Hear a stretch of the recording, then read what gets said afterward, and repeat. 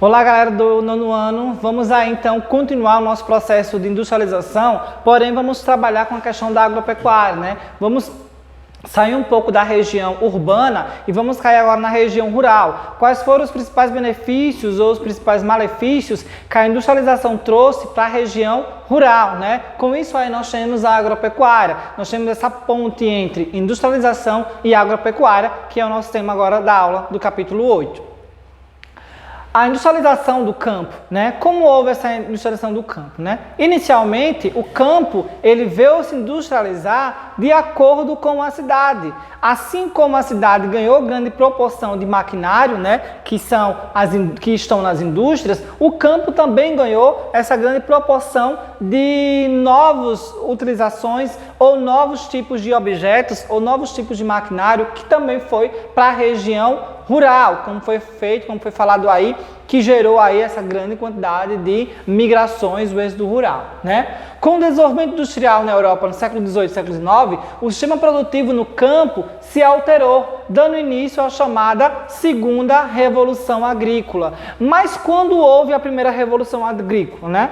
Se nessa época aí nós temos a Segunda Revolução Agrícola, quando houve então a Primeira Revolução Agrícola? A Primeira Revolução Agrícola ela vai ocorrer no período da pré-história. Então, quando o homem está no período das cavernas, comendo, né, fazendo aí todo o seu desenvolvimento do fogo, ele também vai perceber que a partir do seu descarte das sementes, ele percebe que as sementes, com o passar do tempo, vão gerar novos frutos, novos tipos de alimento. Então, a partir daí, vai ser desenvolvido essa revolução da agricultura, feita principalmente pelas mulheres, já que os homens eles vão caçar e as mulheres cultivam a agricultura, tá? Então, a primeira revolução agrícola vai ser na pré-história, quando o homem descobre que ele pode fazer a construção, que ele pode fazer o desenvolvimento de alimentos, né? Ele pode desenvolver alimentos a partir do seu descarte das suas sementes. Já a segunda passa milhões de anos depois, que é a Revolução Agrícola, a introdução de maquinário na área rural. Houve então a substituição dos modelos extensivo pelo modelo intensivo, né? Ou seja, passa apenas da sua produção, do seu consumo próprio, para agora você vender os excedentes aí que vão ser desenvolvidos. Produção de alimentos em larga escala e redução dos sistemas e a utilização do sistema de rotação de culturas. Ou seja, você tem aí um grande espaço, divide esses 4 espaços e a partir daí você vai fazer a rotação da cultura em um espaço tal, coloca o produto X, produto Y e vai fazendo a rotação. Produto que requer aí mais recursos minerais, você muda aí essas culturas, tá? Então é chamado de rotação de cultura. E também a utilização de semeadeiras. As primeiras semeadeiras no século XVII, século XVIII, são daquele modelo ali da primeira imagem, né? E atualmente, com a grande evolução tecnológica, nós temos esse tipo de semeadeira que é bem mais potente e bem mais utilizada nos dias atuais, modernas também, né?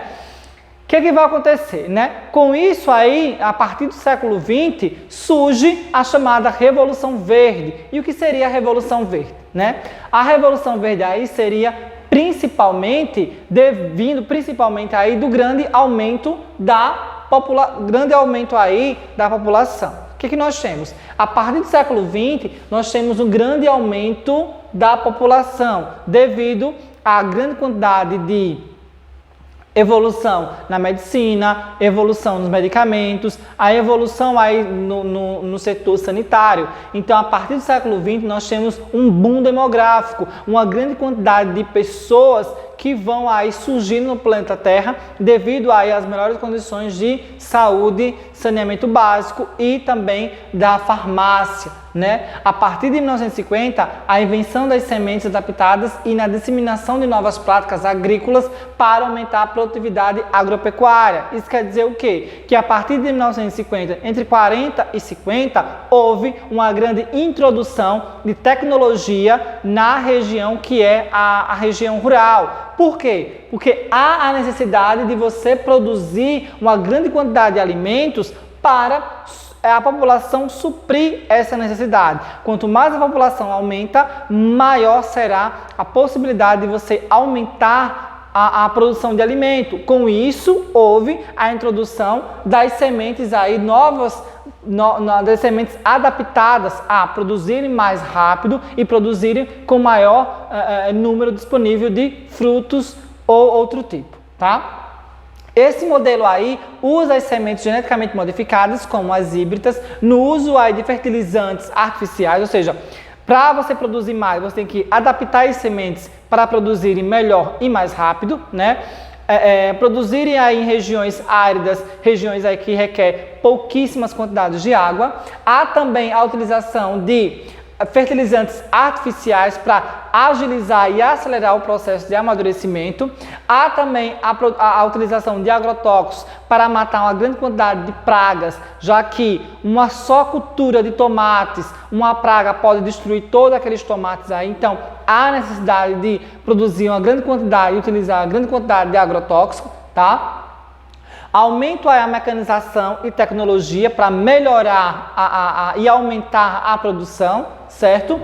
E também a irrigação é alterada, né? Formas de irrigação também vai ser alterada para chegar até regiões mais áridas e com isso aí a colheita é aumentada, né? Então nós temos aí um maior número de pessoas e nós temos também um maior número de produção agrícola.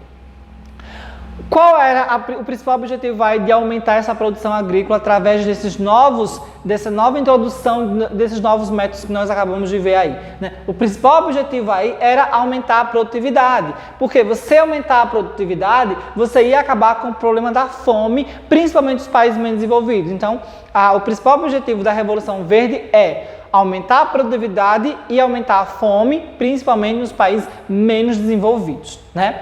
O Brasil passou a desenvolver tecnologia própria a partir de 1990, tá? Tanto em instituições privadas quanto em instituições públicas, como é o caso da Embrapa, né? A Embrapa surge no Brasil, que é a Empresa Brasileira de Pesquisas Agropecuárias, tá?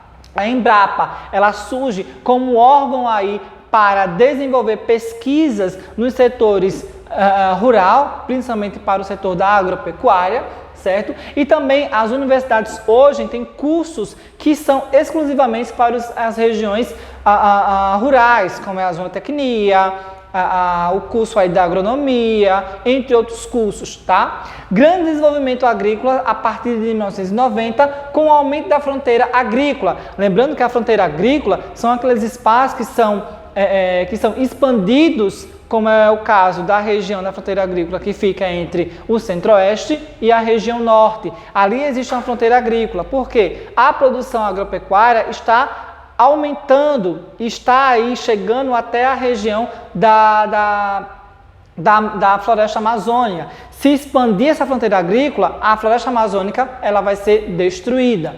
Então nós temos aqui aumento da fronteira agrícola e recordes mundiais em importação e exportação de produtos como soja, milho e algodão, no qual o Brasil ele exporta muito esses três tipos de produto para os países, tanto para os Estados Unidos como também para os países europeus e para a China, tá? O que é que nós temos aí, né? Porém, há um aumento da concentração fundiária, certo? Porque grandes quantidades de latifúndios são donos apenas uma pessoa ou um grupo familiar, então existe uma grande concentração fundiária ainda aqui no Brasil. Impactos ambientais com o uso de agrotóxicos, com o uso aí de fertilizantes, com o uso aí de maquinário pesado naquela região do campo, naquela região rural. Dependência de sementes geneticamente modificadas. Se você quer ocupar aquela plantação, que é uma região árida, que não chega água, que a água é bastante escassa, você fica sendo dependente de uma semente modificada geneticamente, né?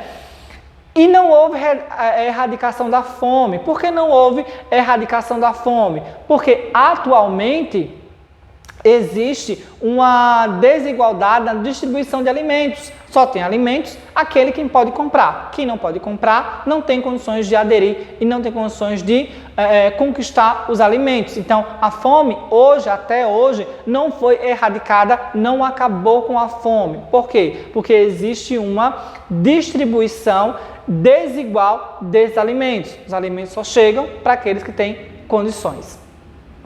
O uso excessivo de agrotóxicos, né, e a perda aí do patrimônio biogenético nativo dos países periféricos. Por exemplo, o babaçu, né, o babaçu que é típico aqui do Brasil, perdeu esse patrimônio, a gente perde esse patrimônio, porque muitas empresas, elas utilizam o babaçu para a produção de sabonete, produção de hidratante, entre outros, tá? Então, essa perda de patrimônio genético vai perder devido à incorporação de multinacionais, principalmente vindos, e multinacionais esses que requer uma grande quantidade de produtos vegetais para a produção de hidratantes, sabonete, perfume, entre outros, tá?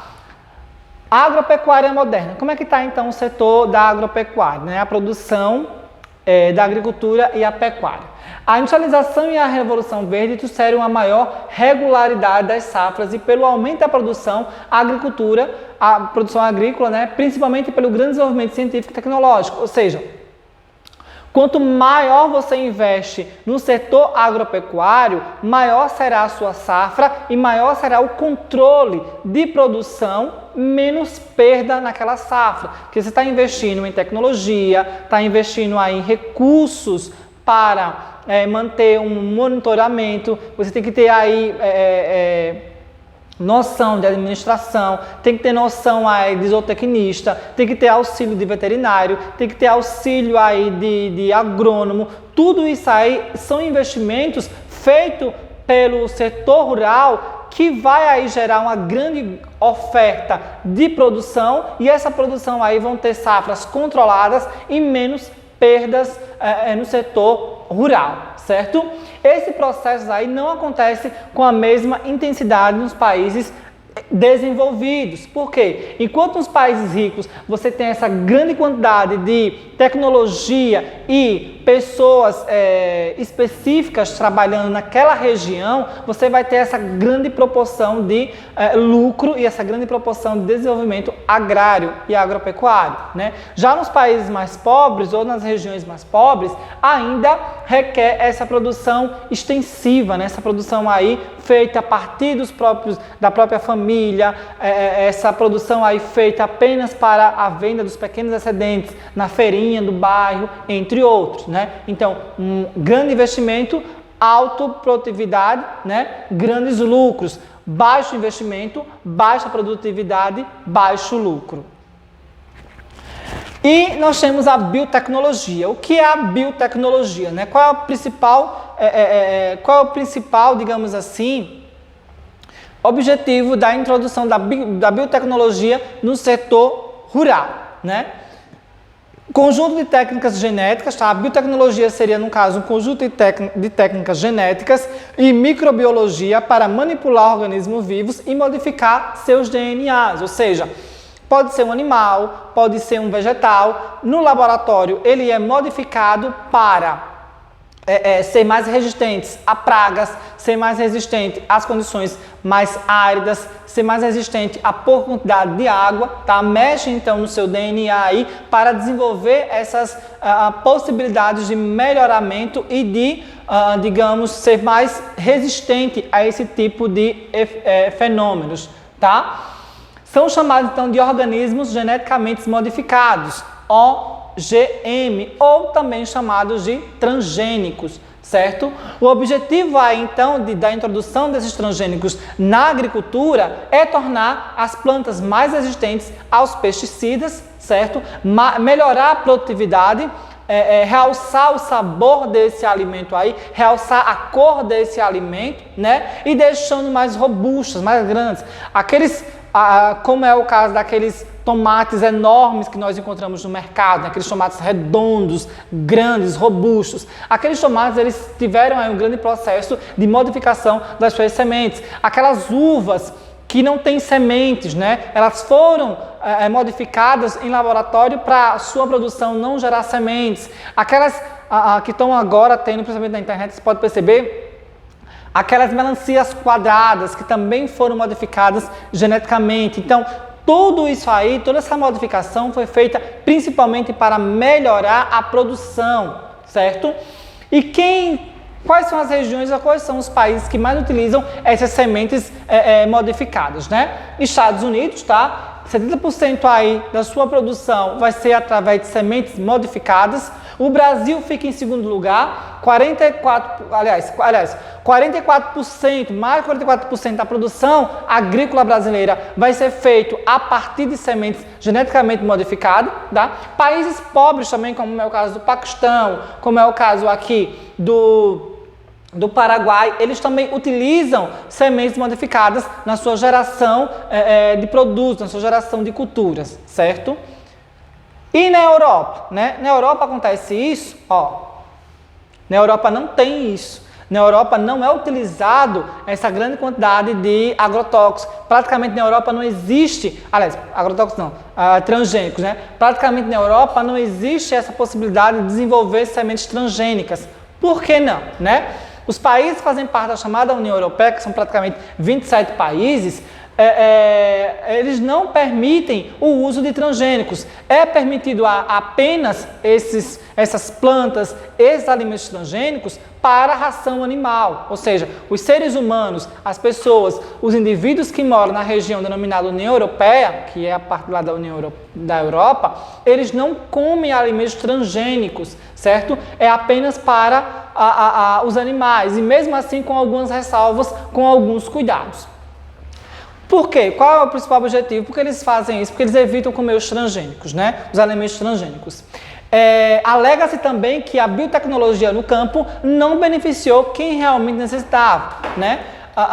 Uma vez que a grande produção se destina em grande parte das vezes à alimentação humana, ou seja, a biotecnologia possibilitou e ajudou mais ainda quem tinha condições de desenvolver a sua tecnologia, né?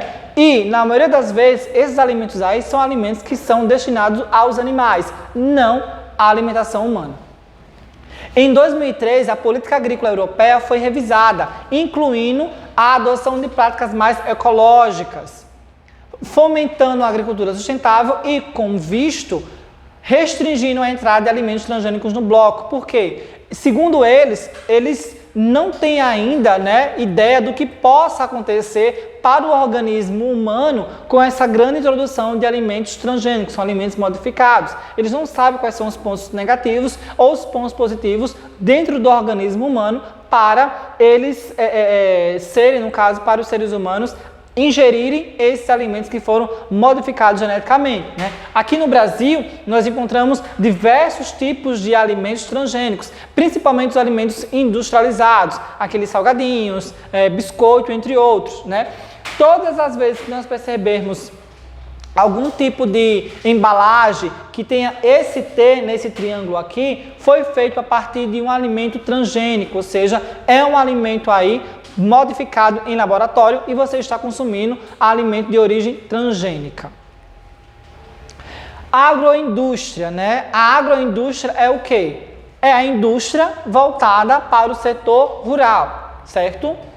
Conjunto de atividades relacionadas à transformação de matérias-primas agropecuárias, ok? Como as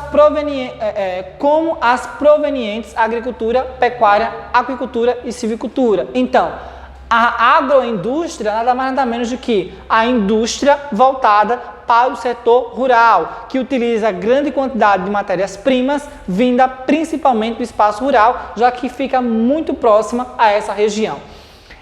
E é uma grande e importante alternativa se fixar essas agroindústrias próximas à região rural. Por quê? porque é uma grande alternativa de garantir empregos das regiões próximo às áreas rurais, né? E também de renda no meio rural. Além disso, ajuda a fixar os agricultores no campo e faz com que haja uma redução do êxodo rural, né? Que é aquela migração entre campo e cidade. Então nós temos aqui, ó, uma grande agroindústria da cana-de-açúcar que utiliza principalmente a matéria-prima da cana, né, que vai ser aí desenvolvido o açúcar, o álcool, o biodiesel, entre outros. E a fome e a geração de alimentos no mundo, né? A fome e a geração de alimentos no mundo. A gente perceber, né, nós percebemos o que então? Que aquele primeiro gráfico, ele vai dizer que o suprimento calórico mundial, ele aumenta em 100%, né? Ou seja, todas as pessoas do mundo têm aí a possibilidade, poderiam, né, ter essa possibilidade de suprir a sua necessidade calórica com todos os alimentos que é produzido atualmente, né? E a população com fome em bilhão, vocês podem perceber que os países desenvolvidos, que são essa faixa mais verde, praticamente é nula ou muito baixa as pessoas que passam fome nos países desenvolvidos. Nos países em desenvolvimento, a população que está em situação de fome está diminuindo drasticamente. Mas por que isso não acontece ainda? Porque existe uma má distribuição de alimentos, né? Onde as pessoas que têm aí uma maior capacidade ou um maior poder aquisitivo podem suprir as suas necessidades alimentícias. Já as pessoas que têm menos poder aquisitivo têm aí esse déficit de nutrientes. A quantidade de alimentos produzidos, ou seja, o suprimento calórico do mundial, é superior ao consumo que já ultrapassa 100%, como nós podemos perceber naquele mapa, né? Ou seja, a quantidade de alimentos produzidos no mundo é bem maior do que a população, certo? Mas por que a fome ainda persiste? Por que isso ocorre? Devido à falta aí de distribuição homogênea desses alimentos, né? A produção de alimentos é desigual, encontra-se em países desenvolvidos e em países em desenvolvimento. Ou seja, nos países desenvolvidos há uma maior produção de alimentos e nos países em desenvolvimento mais rápido, mais acelerado, como é o caso do Brasil, também existe essa maior produção de alimentos. Nos países menos desenvolvidos ou nos países que estão e que começaram agora esse processo de industrialização, né? Nós temos aí algumas causas ou alguns efeitos que podem levar aí essa falta de desenvolvimento aí no espaço rural, que seria o quê? As secas que ocorrem naquela região, né, a falta d'água que existe naquela região aí, e também as regiões que são carentes de tecnologia, que melhoram a produção. Então, esses países aqui mais pobres, como é o caso do Iêmen, Sudão, Síria, são países muito escassos de rede hidrográfica e são países que não investem e não têm possibilidade de investimento na produção agropecuária, certo? Diminuindo aí a sua produção e tendo aí pouquíssimo poder calórico na sua mesa, né? Brasil, Índia, Indonésia, China ainda persistem situações de fome nesses locais, né?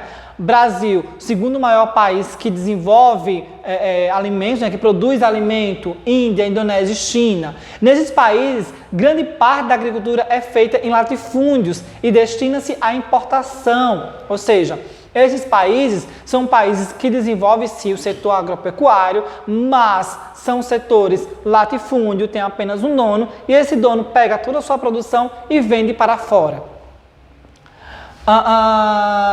Falta também incentivo aos pequenos agricultores. Quem são os pequenos agricultores? São aqueles agricultores que moram no campo, tem o seu pedaço de terra, desenvolve a agricultura, tem os seus alimentos e vende aí, né, os seus excedentes nas feirinhas, nos mercadinhos, entre outros, né? Mas se tivesse uma ajuda do governo, uma ajuda do Estado, tinha uma maior produção e uma maior possibilidade de vender esses produtos bem mais baratos e as pessoas tinham a possibilidade de comprar esses produtos que de certa forma são caros, né?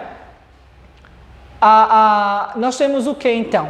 A cada estadunidense e europeu, eles jogam fora durante o ano ao equivalente a 95 a 105 quilos de alimentos por ano, ou seja, a cada europeu e a cada estadunidense, eles jogam fora, desperdiçam a quantidade de alimentos que equivale a 95 a 115 quilos de alimento por ano.